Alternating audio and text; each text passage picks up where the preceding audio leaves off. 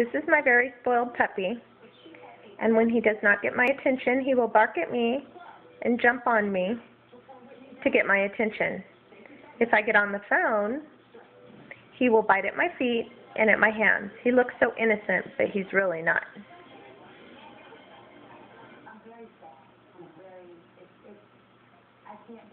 Are you going to talk? Are you going to speak? Speak. Are you going to, oh, do I need to turn my head so I'm not paying attention for you to speak?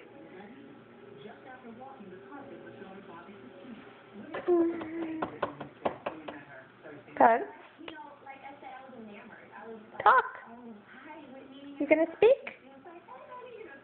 Speak.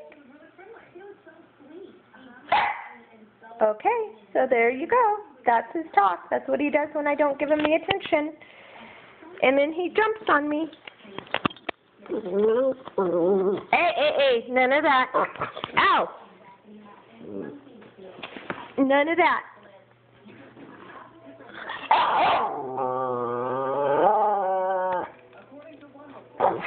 Yes, I know.